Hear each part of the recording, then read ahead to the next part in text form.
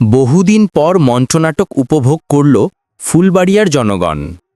ময়মনসিংহ বিভাগের ফুলবাড়িয়া উপজেলার আলাদিন স্পার্কে প্রখ্যাত নাট্য পরিচালক রুহুল আমিনের পরিচালনায় মঞ্চস্থ হয় জনপ্রিয় নাটক মালাবতী।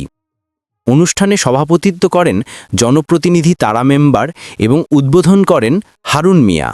স্থানীয় সংস্কৃতিমনা শিল্পীরা দীর্ঘদিনের প্রশিক্ষণের মাধ্যমে নিজেরাই নাটকটি প্রস্তুত করেন।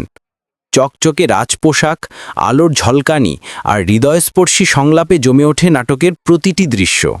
বাদশাহ, উজির, সিপাহশালা, প্রেম আর সংঘাতের সংলাপে দর্শকরা ছিলেন মুগ্ধ। অত্যাচারীর চাবুক, নায়ক নায়িকার বিরহ সঙ্গীত সব মিলে এক অনবদ্য নাট্য উপভোগ করেন উপস্থিত দর্শকরা।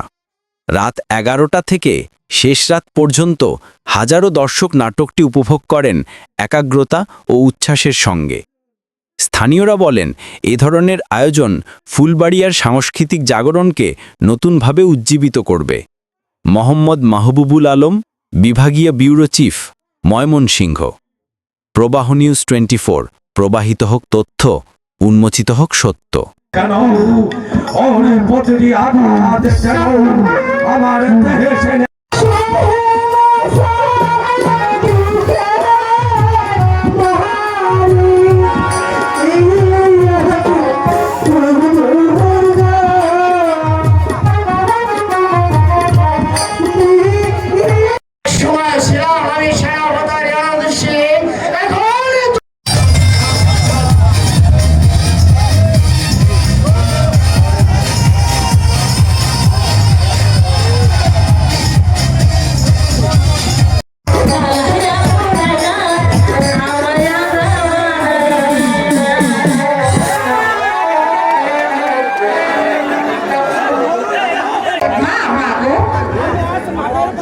আমি না ওই মাঠের পাশে আমি একটু ঘুরতে যাব, তোমরা আমাকে হাসি মুখে বিদায় দাও।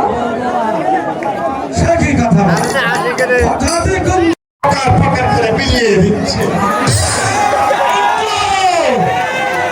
বলছি না, আমি মিথ্যা কখনো বলি না। দুধ চাই আমি মানে মালার প্রেমে